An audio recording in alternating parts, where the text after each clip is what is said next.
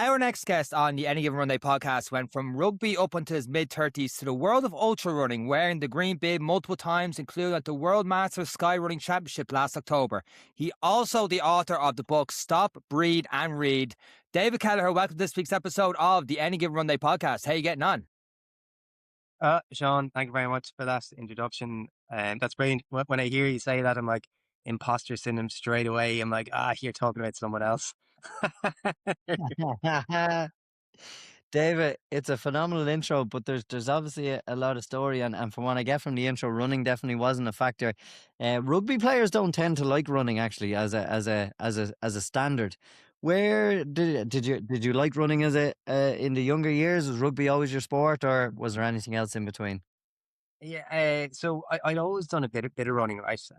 Or just out and about to clear my head, that type of stuff, like, more so. And then like rugby was, I kind of just played on and off throughout my 20s. Nothing like any of the big clubs in Dublin. Like I played for Wexford, which at the time they're much better now, but at the time they weren't great.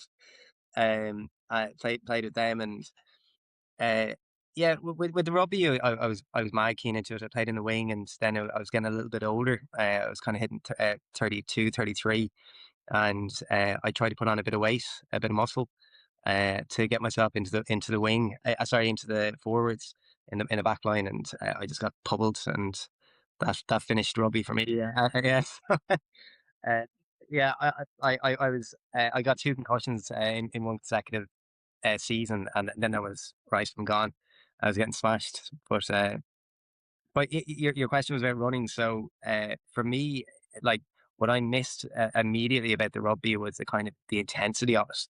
You kind of go into your normal life, and you're working in working a corporate job.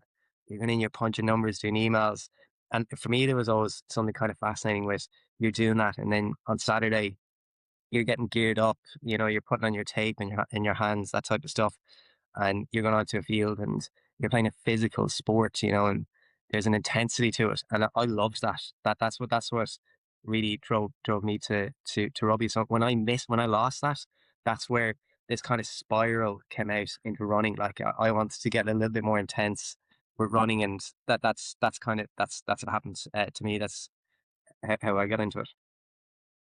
A lot of people, David, struggle with the transition from team sports, and obviously you've said up to 32, you were even trying to put on weight, which would be a gym routine. It would be taking on calories. It would be obviously the calorie element matches the running, but the philosophy of strength, power, and not being a sprinter, the long distance being quite different. How did you find that general transition into it? Was it a difficult one? Did you have much guidance, and that dressing room element is a big part of why we do what we do. If you don't want to go training, everyone else is going to be there. How did you find that transition into then, I suppose, solo training?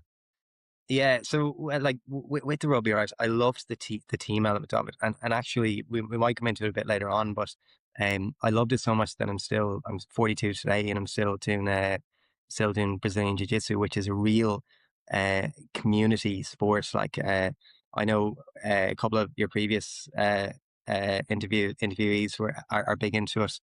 I know Niamh Fitzpatrick, for example, is a purple belt.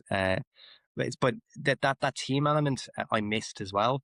So I found myself back trying to find a kind of a team orientated sport, and jiu-jitsu is the closest I got to it. Um, but for me, rugby was always I'm going out there and I'm competing against how I played last week. How did I perform last week or the week before? It was never really me and the team versus someone else. Like it was certainly a team player, but I was hard on myself, I would say. Like if we went out and I played crap, like I'd go back and alter the way I play. I try and think about how I can better myself, and I took it quite personally. And so it was easy for me to transition from, like, as in a way, I felt like a bit of a lone wolf in when I was playing rugby, and that like I was part of the team, and no one player is going to change a game in rugby, right, in amateur level at all. So, but I did really see my own structure of how I got onto the field has been very um it was impersonal and intense to me, and like, yeah, it's very much in the head as well. I needed to kind of have a discipline in my own mind, just have a little bit of structure, because if I don't have it, things get a little bit uh, harder. So, but yeah, hopefully that answered that. From the rugby then to two concussions, which, and I've heard if you get like three or something, it's like, especially in 12 months. That used to be the thing before a lot more came out on it. It was to rule it out. By any concussion, and on this day and age, we know a lot more about it. It's probably time to move on. But into ultra running, you went. I know you did your first marathon. Talk to us a little bit that first marathon you did down in Waterford. Go from there into I think he's still suffering from the concussion. well, that's what I was implying there. How'd you go straight into ultra running from rugby and probably covering 7, 8, 10K a game to you know what? I'm gonna go up the mountains and start running from there. I know your first marathon was Waterford. Waterford, yeah, that's right. Yeah. So and Eric, as you said, yeah, I think I'm still suffering from concussions, and that's why I'm into this type of stuff. But yeah, it's yeah, like I can get intense, in myself, and that ultra thing, it was like the first one, as you were saying, Sean, was Waterford. It was the Waterford Marathon, and I don't know if you have either of you ever done the Waterford one, the biking? No, not Waterford. No. Is this the one that involves the Greenway? Or am I Yeah, confusing this with a different? yeah, no, Yes. it's the Greenway one, right? So you start off in Waterford City, and it's kind of a city run there, but then it goes down into the Greenway in Waterford, so it kind of becomes a little bit of a trail run. Um, so it's a little bit hilly, a little bit of elevation. So I did that. I did it in, like, I think it was like 4 hours 20 minutes or something like that, and so the time wasn't fantastic, and I'm not a fantastic time person anyway. But it did that, and when I finished it, like, to be honest, I love this the sense of accomplishment, and it was straight after finishing rugby as well. So I kind of gave myself like an 8 or 10 week window, and I trained quite intensively for 8 to 10 weeks, and then I did that. And my parents were my dad. I was fortunate enough that my dad was down there on the finish line, and my two kids were there, and I was like, brilliant. So, this is going to be my focus from now. But really, what I took away from that was, like, I loved the intensity of it. Wasn't mad keen on the roads, so I was like, right, what else can I do? Like, how can I get into running that doesn't involve me running on the side of the road? And then, like, I googled it and I found IMRA. So I started looking at IMRA events, did a couple of those, absolutely loved it. I went, like, I went up to, there's a mountain here in Wexford called Ford Mountain. It's not an incredibly big mountain, right? It's not that, like, Mount Leinster is a big one, right? But there's one in Wexford Town, just outside Wexford Town, called Ford Mountain, and it's an amazing trail run. Like, it's actually unbelievable. On days like today, the scenes are insane. Like, you go out there, you put I drive up there and put my running vest on, put the earphones on, and just run the trails. Like, you're the only person there. The scenery's beautiful. Like, you're amongst the trees, rocky terrain. It's such a cool way to spend an hour a day. So that's, maybe I'm digressing, but that that's where the kind of marathon challenge, which I thought I'd be doing once, like, you do the marathon, you throw your boots out and you're done, and you do something Mm. else, like get into golf or something. So, but If you're yeah, gonna don't waste a long walk. But when yeah. David, when you were looking at, like, and again we breezed over. That was your first marathon. There was 10 weeks training you did in the build up to it, or had you Yeah, done like, a bit more prep, or had a solid uh, base? my base was good, going into it, to be honest, like, because like, with the rugby, just before that, I kind of left more or less just before that in the rugby, and I knew it was going to be my last year as well in rugby, so I took my training quite seriously. And yeah, I did put on a bit of muscle, but I was also big into cardio as well. So I wasn't going from nothing. Like, I was going out and doing 5 or 10 Ks casually, on the beach down in Rossare, and it became like, it was 10K, and then, right, let's say I can get to 20K, and then that's really when I said, oh, what does a marathon look like? So my base level would have been 20K anyway, going into that 10-week stretch. But, like, I was blind as well. I went into it knowing nothing really. My nutrition was all over the place. I don't even think I brought anything with me. I bought a little little carton of. I actually I looked back at my Instagram there just before this to see right what's interesting about me that I could talk about. But I saw that when I was there, I had this little water canister, and I was like, that's all I had for the whole marathon. So I didn't know my arse from my elbow on it, but I did it. So We're all like that for that first marathon. Yeah, the first one's always a disaster. And I suppose, but that feeling of finishing, people always say in the first couple of days afterwards, and that's probably where we moved on to Imra in the first couple of days afterwards, it's always never again. Never again am I taking on a marathon. But was it the element of, and I do understand because when you do some of these city marathons and roads, you're like, when is this road going to end? Or, yeah, even in the Cork marathon that's happening this weekend as we record, like there's a straight there that's about 6 to 8 kilometers long and you can't see the bottom of it. You're just like, oh, this is through misery. the Whereas, tunnel. Yeah, yeah, through the tunnel is one, and then towards the end is I think it's in the from 32K onwards till 38K or thereabouts. So people might correct me on that one, but it's the longest road I've ever been on, and the straightest one as well. But I understand that when you go to the trails, because you're so focused on foot placement, you're focused on what's around me, up, down, and different. Is that what makes it more attractive? Because we've had guests who've been somewhat of a hybrid. They actually come winter time, I actually prefer going to the track. I prefer going onto the roads and working on a bit of speed work. And then when springtime comes, it's all about the trails. Or is it for you that, do you know what, never give me a road ever again? I fell in yeah. love once I met the Imra groups. I never want to go back. Yeah, so I've only done two road marathons, and the other one I did, and I think Sean, I saw you done it this year as well. I did the Barcelona one. It's the only Oh, very other good. marathon that I've done, and the only reason I did it was because my twin brother it was his first marathon he wants to train for. So I was like, oh, brilliant. I'll definitely do with my brother Greg, because like uh, it's a little bit of a long story and I won't bore you, but my brother came over to Bulgaria with me for the skyrunning championships, and he kind of just came over just to see what Bulgaria was about. And when we were over there, he's like, "Oh, hang on! Like everyone that's here isn't as maybe as intense about this as David is." So he's like, "There's some cool dudes there that we met." So it inspired him to get into it, and so he put in the calendar, going to do the Barcelona Marathon. And so I was like, "Brilliant! I'll do it with you." And he has one now in the calendar again for next year. So I I don't. Sorry to go back to your question, Eric. I don't love the road marathons. I much prefer the getting onto the trail, stepping your foot into the abyss of a trail and just being on your own, being left for your thoughts.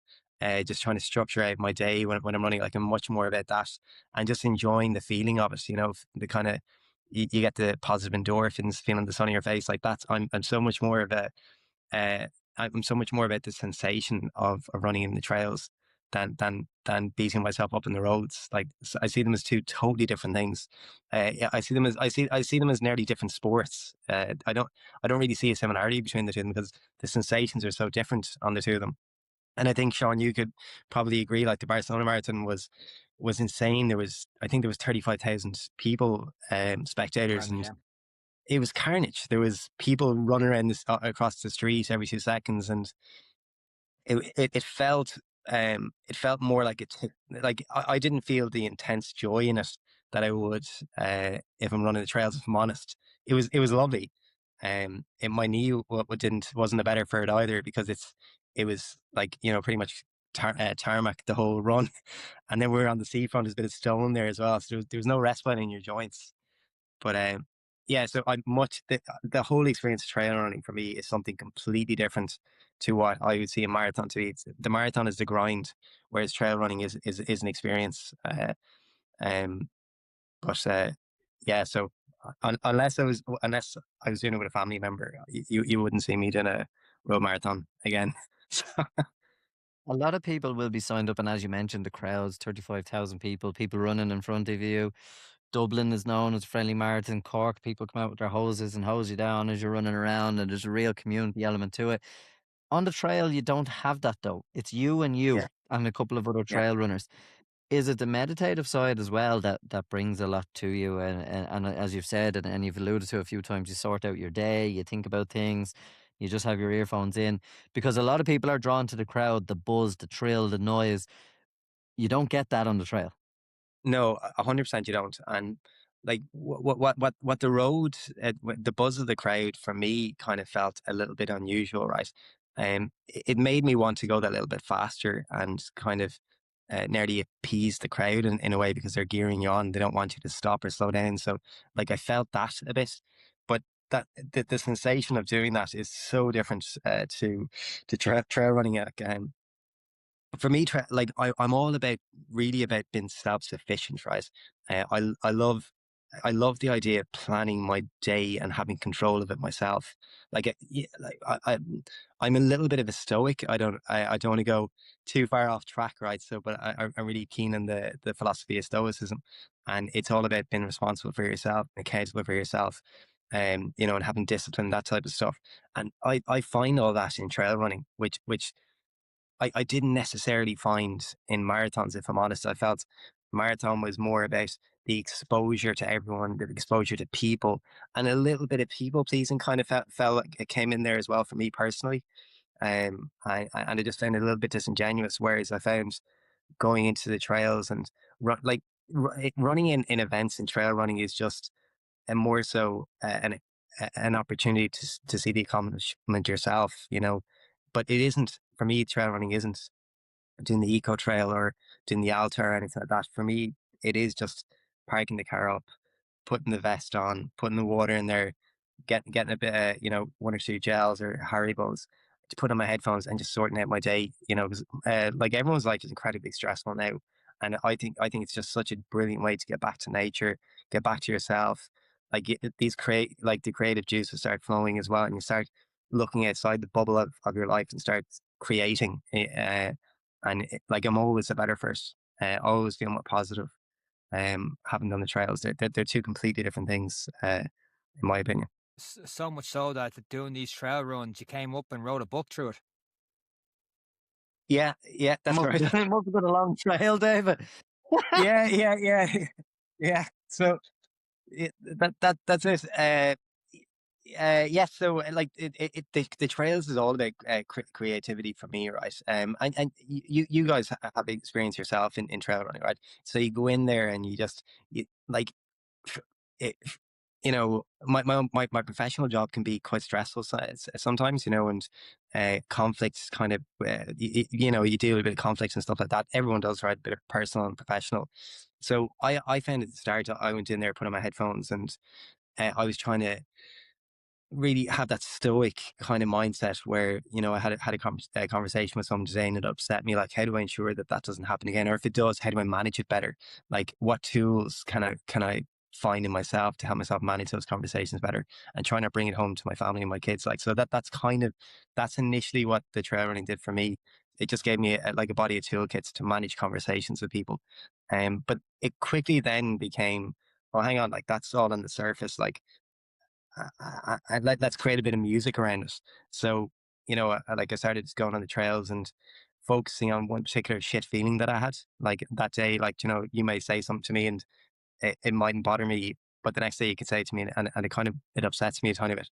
And I just really dug into that. Like I'm not at all into therapy or anything. Sorry, I'm not a therapist or anything like that at all. Like this was just my way of processing things. Um, but what I did was I kind of focused on that feeling, and I really wanted to dissect it and step back from it and kind of macro it. And it was just thoughts. It was a book of thoughts actually that I thought needed a little bit of music in them, and that was the rhythm, and that's why the book became a book of poetry, because it's just a thought. It's really digging into a thought uh, and just trying to get it to resolve in a couple of paragraphs. So it's a book of thoughts, effectively.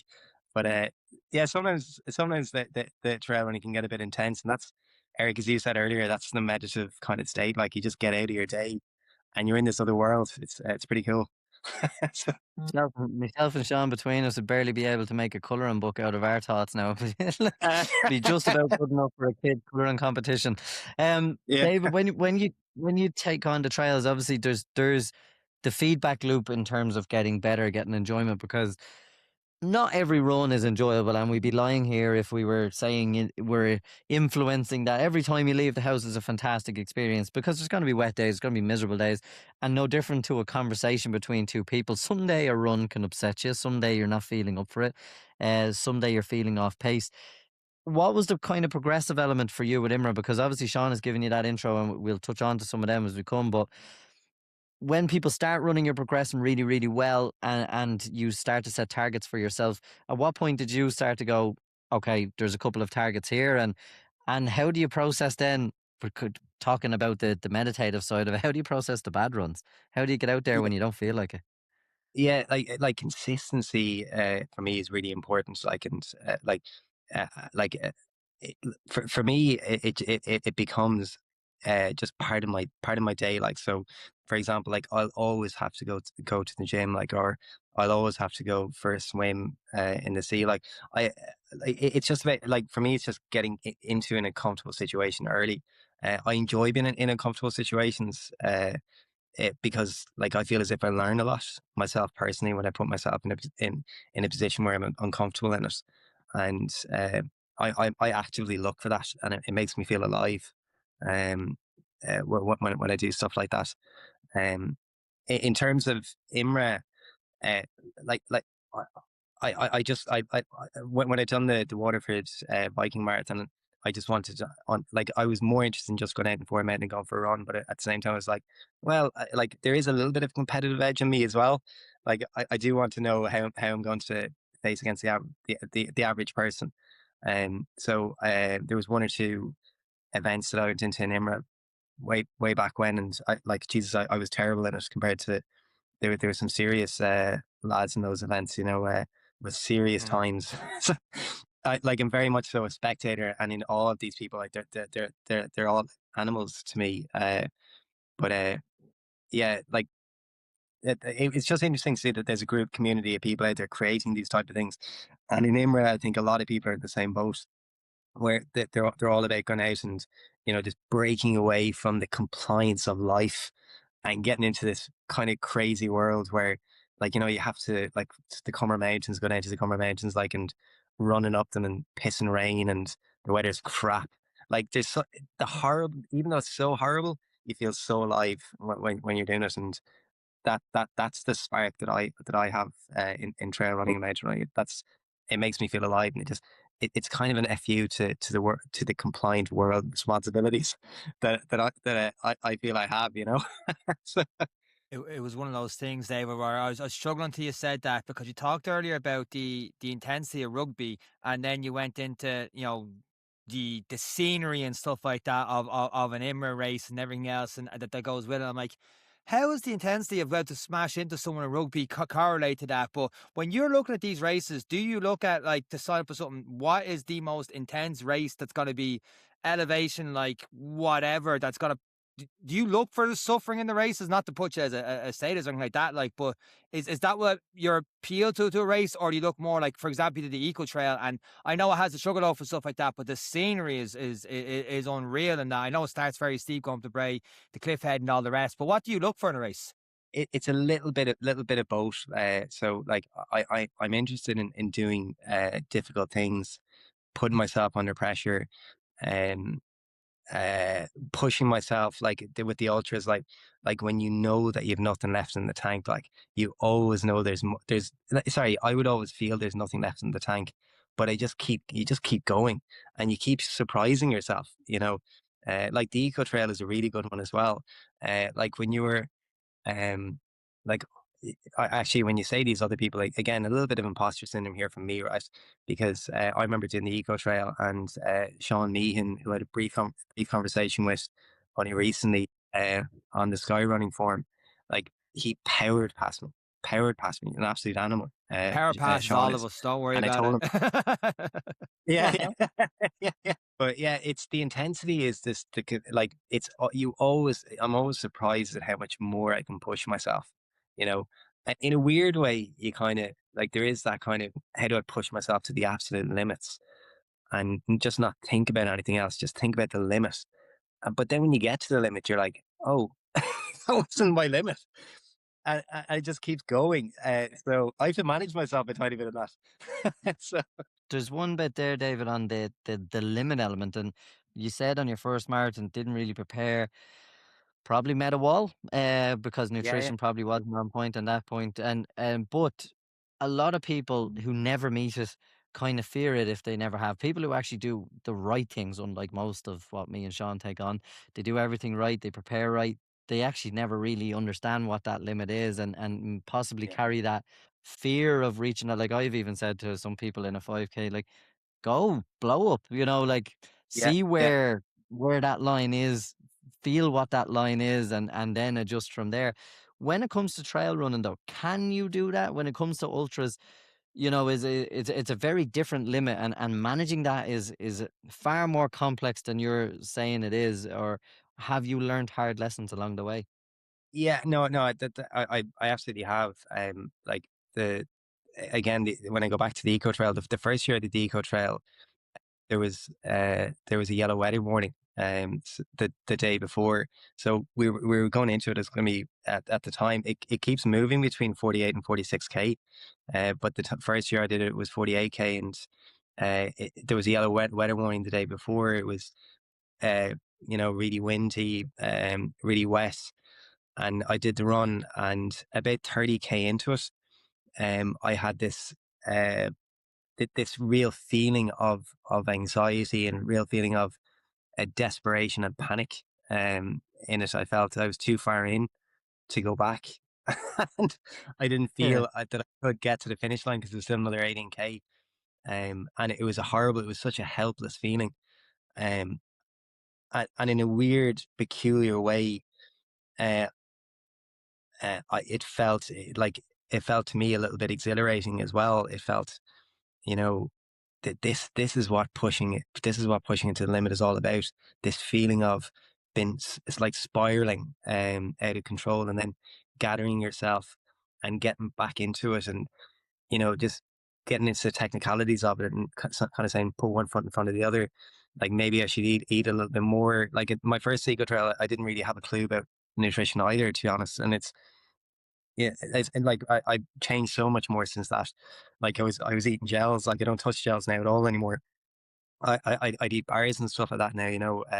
The gel for me was a little bit of a placebo thing more than anything else. It just didn't work for me. But I like in the moment I hated that feeling.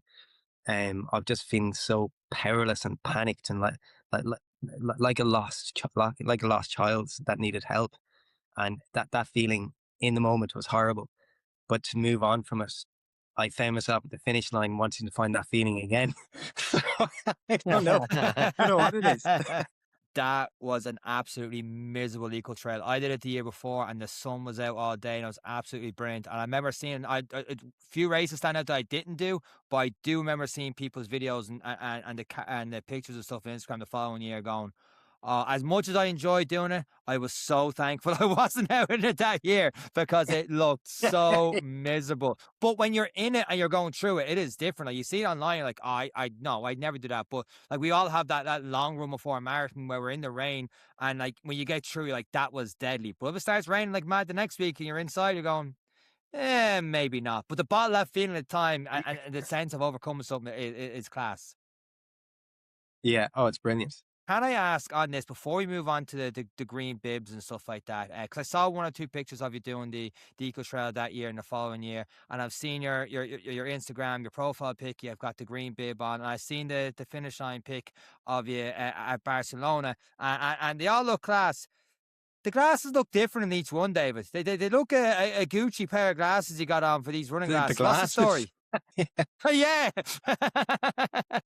I, I, yeah, I think with the running, right, there's only a few luxuries you can have, right? When you're out there in the trails, right? It's the runners is one thing. So I tried with the kind of flashy, cool runners. Didn't really suit me. Like in the Barcelona one, I actually have the Nova Blasts on there, but they're just pure black, because it just, for me, it's like it was just about comfort in the end. But with the sunglasses, you can have a bit of character. You can look, what's the newest pair of Oakleys? What's the weirdest style of Oakleys? That type of stuff. Like I have about 8 pairs of Oakleys. I absolutely love them. and yeah, like each, like for me, like it kind of each pair of the sunglasses represents a different kind of period of my trail running experience. You know what I mean? Like, so like my very first Oakleys that I bought were the you know the standard, that, what are they called, the jawbreakers, I think they're called, and they were my first ones. I went all out on those ones. Like there's you know they were quite expensive, and I went down in them, and it turned like they were the premium. But then after that, I kind of just went for different sunglasses, and yeah, like they each tell a different story to me. They're like a medal in a weird way. I see them as kind of Okay. little medals. Yeah, so thanks for noticing that. If you were to tot up all the races we've joined for medals and the price we spent, we probably have about 40 pairs of Oakleys between us now, me and Yeah. Sean. Um, Well, it's one of those as well, like it is in it's what it means to you, and people have medal racks. I've seen actually people. Do you know what I actually hate about this podcast? Because I've done a lot now, and I think I didn't have any sentiment at all when we started the journey. And people are like, I've kept every T-shirt from every race, and I have them hanging up here. I have all Yeah. my medals here. I've got 20 pairs of Oakleys to represent each era of my run, and I'm like. All I have is this Any Given Run Day T-shirt. Yeah. That's about all I have now at the end of all this. You have a few different Yeah. variations that Any Given Run Day T-shirt. In fairness, A Eric. few different variations, different eras. Yeah, so that's what I'm gonna do now. I'm gonna keep them the AGR collection, but we'll see. David, when you take on these races and you've done a few, and Sean has mentioned, and he probably has a leading question as to where, but I'm curious as how you go from 18K questioning life, lost child to green bib, because that seems like a major jump in trajectory, and but there's, as you have alluded to, a competitive edge in you. Tell us about how this journey moves into the next Oakley era. Yeah, so the first one was first time was in the world the Masters Men's Running Championships in 2022 in Clonmel. It was down in the Cumber Mountains, but I'd actually I planned to I didn't actually plan to in the Cumber Mountains. I planned to do the year before. I can't remember where it's been held the year before. My plan was to go to France, and to wear the green bib in the World's Men Running Championships. The year before was in Ireland. The name escapes me, or was it Italy? I didn't go in the end anyway for whatever reason, and I was like, that's that opportunity gone. And then it came up to World Men Running Championships in Clonmel, and I was like, Jesus, it's only an hour down the road. How do you register for it? What do you have to do? So I contacted IMRA on it, and you needed an IMRA number, you needed to have mental running experience, and you needed to be the representative age to get into your category. That was the acceptance criteria for that. So I was in, straight away. And when I went into it, I thought it was really cool, right? Because I was standing at the starting line with people that I had seen on social media. Uh, for example, like a guy, Andrew Douglas, represents Great Britain. I don't know if you've ever heard of him, but I was chatting to him in the starting line, and he won in our age category, 35 to 39. But I was chatting away to him, and then he absolutely destroyed me. Like at the very start of the race, it was a little bit of an incline and then straight into the mountains. But he won the event. And for me, I just thought it was bizarre how I found myself down there, and it was like I honestly thought it was just a one-off thing. I was like, right, grand, I'm done with that experience. It was brutal. It was like I don't know if any of you are familiar with that particular run, but it was only 10K, but it was 10K like this, up the side of the Jeez. mountain. It was brutal. Um, but and I didn't fare out very well in it either, if I'm honest. I think in my age category, I was on the bottom half of the finishers. So that was that, and I put it to bed kind of nearly after that. But then, of course, how I ran, like the experiences I gained from that, I then brought that into my running. So I got more interested in the inclines. So I started going up to Bray Head. It's Bray Seafront to Bray Head. Gone up and running Mm. on that. Sean, you were saying the eco trail. So just the first, whatever, what is it from Bray to Bray Head? And I think it's the first 4K, isn't it? from Bracy Oh, went if to Braehead. So even. But I bet that this, but it's so deep. it's so steep, yeah, yeah. I was serious. And then I got into the habit of doing hill repeats on it, Sean. So I'd start in Brave at the end and go up to the cross, go back down, go back up, go to the cross, and got in the habit of doing that. And in a weird way, very peculiar way, just Running. got addicted to that. So Because when I did the eco trail, this is my now. I was there years ago. I used to work in a gym near there, but like I did the 80K eco trail that year. But like we ran across the seafront, and this is my first experience doing a long ultra. Could have been my first ultra, but I think it was my first ultra. But I remember I getting think it to was. the start of it, and then like now not all of us, but half of us at the back end, and I am at the back end. Started walking. I'm like, oh, this is what an ultra run is about, because it was steep as hell. Like, if I run this, that's the end of my race. I'm getting on top of it, and I'm waving to the sky and hoping air comes along a helicopter to pick me up, because I'm going nowhere else if I sprint that thing. But it's proper steep. Like, to go up and down that and have a graph for that, to me, is, well, the concussion really explains it. Yeah, the concussions making it so much more sense. yeah. I do when I was doing it, like going up and down, like you'd see people kind of walking it up, and then they'll see you going up for like your third attempt running up it, and when you're on the way back down, that like they had stopped me, they'd stop you a couple times, going like, what are you doing? Like, what are you training What for? you doing? You know, so they think you're mental, like, but so with the Skyrunning Championships, I don't know. Apologies if I'm jumping ahead. But last October, I represented Ireland in the World's Master Sky Championships, and how I got into that was it was resume. So there were on the International Skyrunning Federation, or the Irish Skyrunning Federation. I followed them on Instagram, and and that's where I was looking at the likes of Sean Meehan, Nee Fitzpatrick, Ian Conroy, all those animals who were far better runners than I am.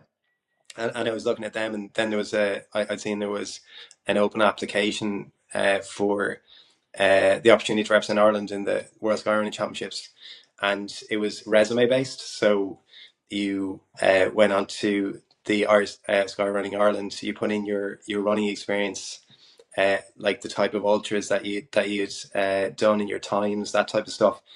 And then, lo and behold, the Skyrunning Ireland came back and said, great, let's do it. So I found myself meeting Ian Conroy, and he's the. I want to get this right. If he does hear it, I think he's 3-time world men's running championship, 3-time world men's Your running champion. Instagram had a 5. Just your Is it previous 5? Instagram post had a 5, David. So That's what I have down on my notes, just in case. Damn. Yeah, so yeah, he's 5. He's like Ian is one of these mythical characters in my mind. Like like the two of us did a couple of training drills from Bray to Braehead, and I was like, I'm on my home turf here as far as I was concerned, because I'd experience here where Ian didn't. And the two of us did hill repeats. We did, 6 or 7 hill repeats to try and get that level of elevation that you need in the vertical kilometer. We needed to try and get that volume of elevation before the run, and he destroyed me. Like he's a pure beast. Is how I describe him. For anyone that doesn't know, I flew over today looking at a few things in Braehead, but I think it's 784 feet or something from over. I think it's not even a kilometer, really, isn't it? From sea level all the way up to the top of it. It's quite a steep climb. It looks great and doable from the air, but it's not easy. And you're obviously talking about when a race is called sky running. There's obviously a big expectation of elevation. What was the race? Where did you go? And again, we Yeah. question concussion. Yeah. So, for that it was so the World Skyrunning Championships were held in Bulgaria last October, in a place called Karlovo in the Balkan Mountains, and to say it was an adventure is an understatement. Such a cool experience, like I said, my twin brother came with us because he wanted to experience Bulgaria, and so myself, Ian, and my twin brother found ourselves in Sofia, Bulgaria, then getting a train for 2.5 hours. Maybe it was 2 hours, but straight into the Balkan Mountains, like, and really like Iron Curtain type stuff. Real uh, kind of old Russian kind of vibe to the place. The Soviet style. Yeah. Yeah, yeah, like they didn't speak English. Um, just such a cool experience. It's not somewhere I would bring my kids and say, "Let's enjoy this holiday." And like, not because there was any danger there or anything like that, but it was just very grey and very kind of cold. And but yeah, we found ourselves in Karlovo, and the Skyrunning Ireland, or the Skyrunning Federation, had arranged accommodation for us when we got there. I'm a man who likes my luxuries, though. However, so I looked around to see what was the nicest hotel in Karlova, which is a very small town, and there was one hotel that was nice. So I booked myself into that. Ian, to be fair, roughed it up in the accommodation that was given to us. But I didn't. I found myself in You the can't Terra be Hotel, roughing which up in was Oakley's. yeah, no, no, but yeah, like the buzz there was just insane as well. Like you know, you had over, I think it was over 30 different countries representing, and everyone had their gear, and everyone looked brilliant. I was going to wear my Skyrunning Ireland hoodie to this, but it's roasting hot outside. It's very heavy, the hoodie. But yeah, everyone was geared up. Really positive atmosphere. We all kind of went out to dinner the night before, and got an opportunity to go around and explore Karlovo, and uh, yeah, it was really really cool energy, like, and such bizarre people do that type of sport. I unknowingly include myself in it, but the types of people are just bizarre. They're every walk of life. They're as myself and Greg kind of went out of our way to chat to the English side, all the English speaking countries, and the Bulgarians that spoke English, just to see what their characters were, because like skyrunning isn't massive in Ireland. I'm in the Skyrunning Ireland WhatsApp group, and there's about 30 of us in total in it, so it's not big in Ireland, but in other countries it's massive. Like in Brazil, it's huge. Japan is huge. In the likes of Croatia, like all those kind of East Middle European countries, skyrunning is a huge sport.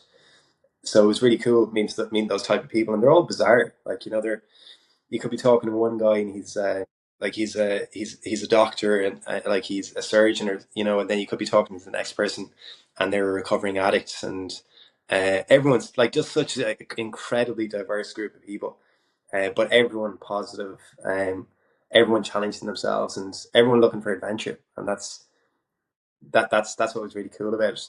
Like the run itself. Before you get into run itself, that's my follow on is what is the run itself, but what is sky running? Is it like Ironman is for full distance triathlon? Is it a brand of mountain running?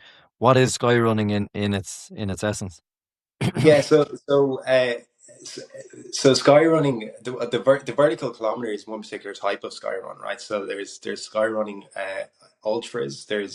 Um there's a whole there's a whole variation of sky running, but the one I was focused on was the vertical kilometer. So you're running 1,000 meters of elevation in less than 5K, and it can be up to over 2,000 meters in elevation. So this particular run ended me, like the end of the race was at 1,700 meters in elevation.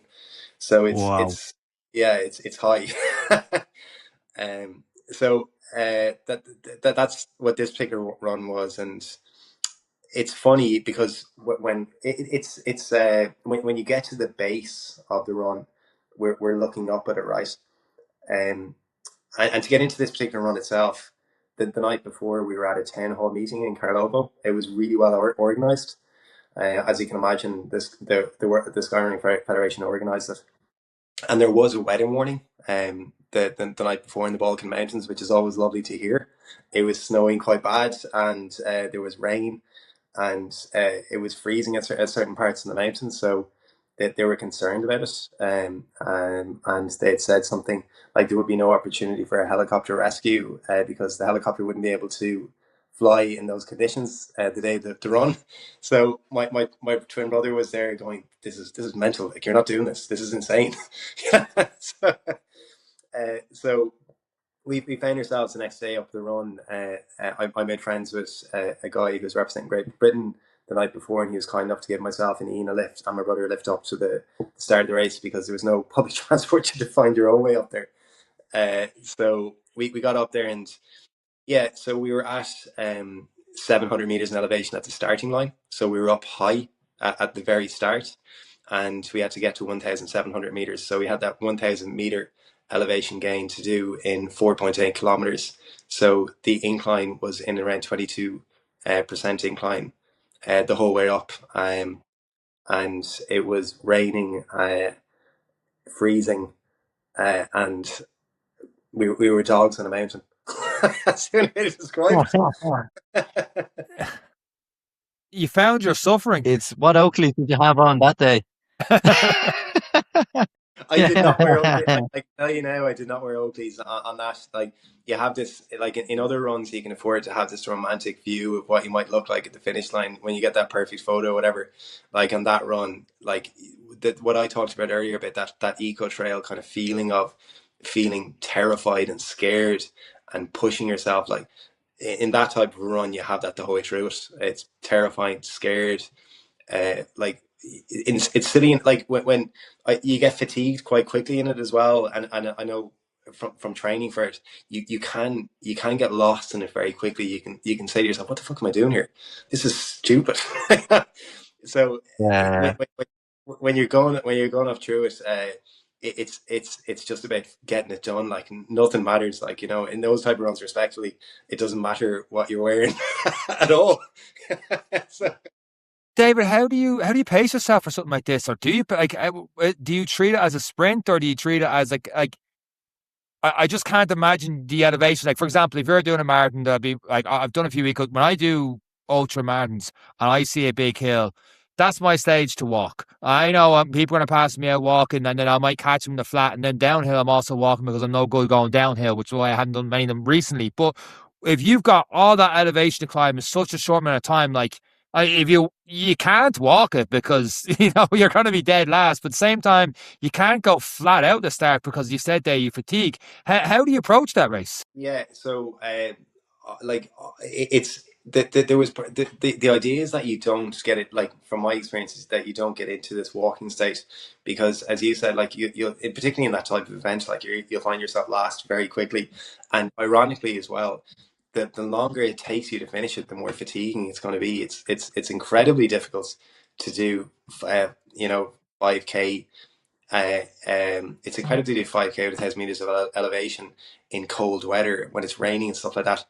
But if you're doing it walking, it's going to take double the time, so it's 10 times worse.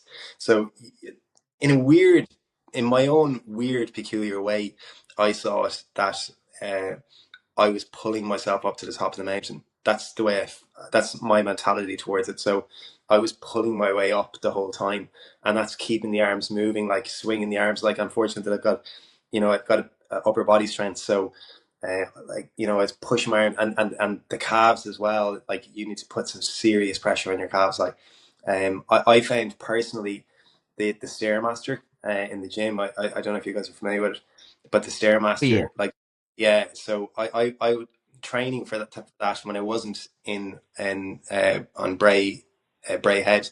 I was on the stairmaster, and I was doing an hour of it every go, and getting that little bit of a jog going, keeping the jog consistent for the hour.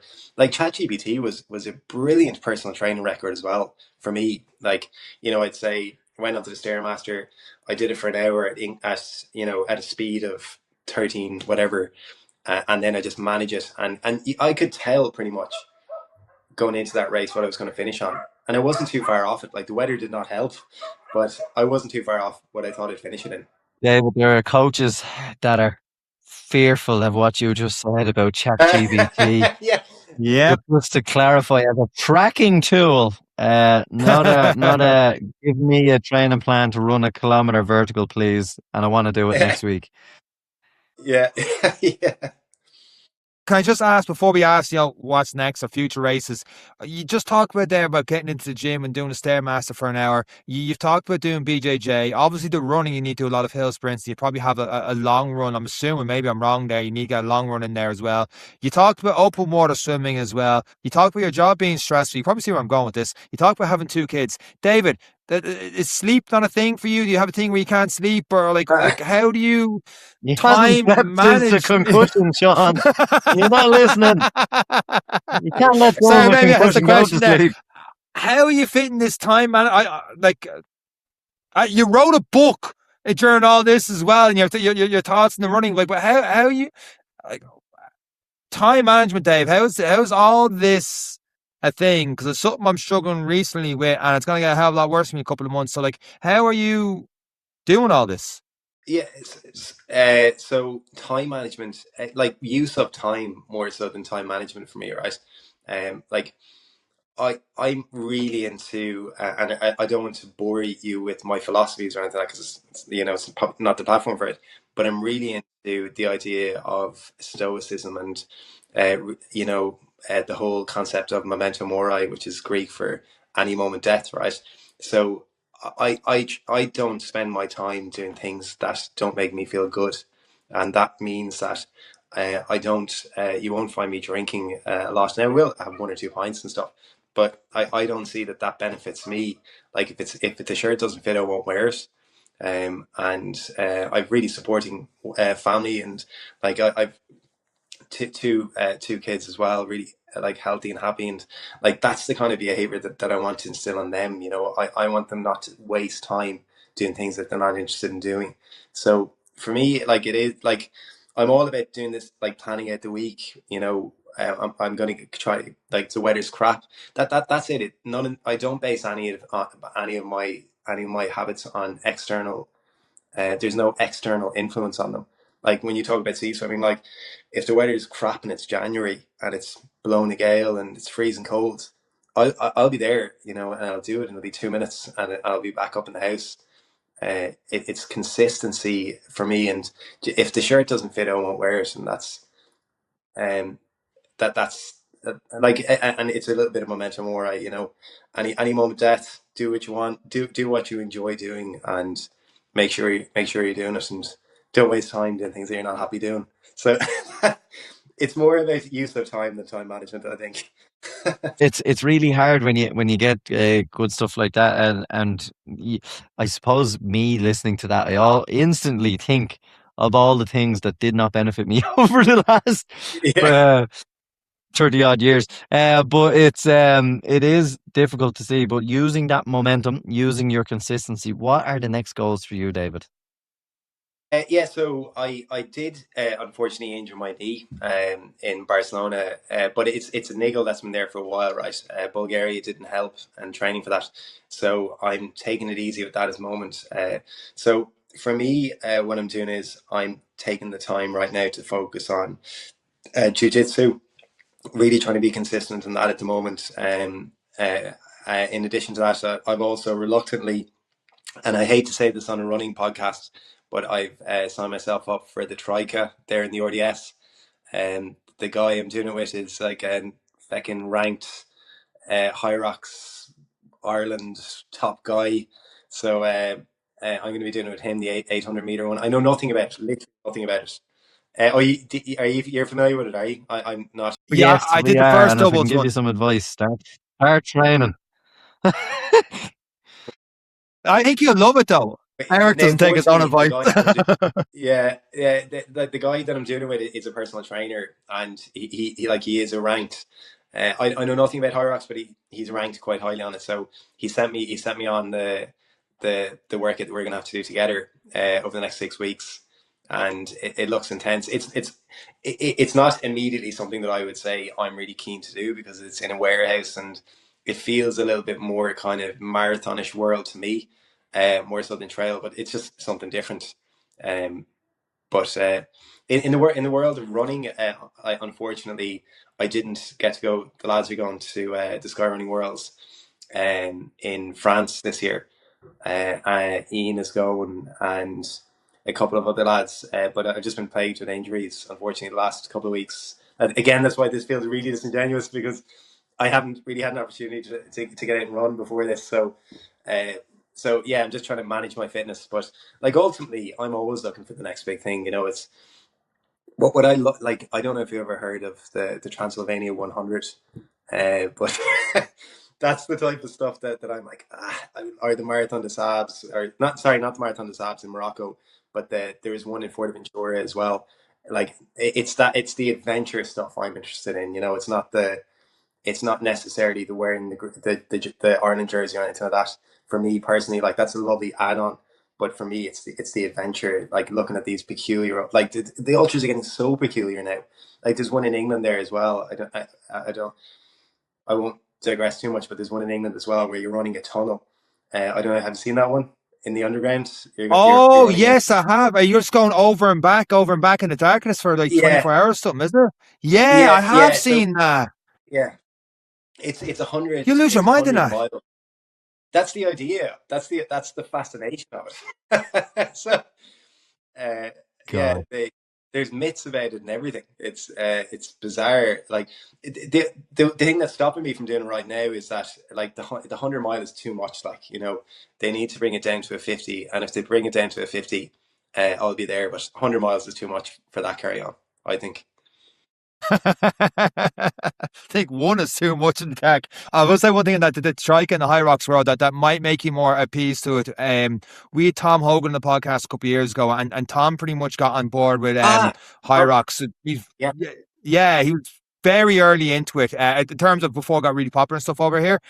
And one of the things he said about doing high rocks or trike was that one of the tips he was like, it is your ability to be able to suffer and keep going. And that always stood with me when I'm doing these things, because I don't have that ability. I'm like, ah, shit. But it is that like you suffer from like the halfway point and stuff like that, and trying to keep going. And I think when you're doing the sleds and stuff like that, that will benefit you, because especially doing doubles, you blitz through those kind of exercises, but that kind of sprinting up mountains kind of stuff and all the rest you do, I actually think your fitness levels would be really, really attuned to that. And to say what Eric said, I think it's just once you get used to the exercises, that could be your world as well. Like yeah.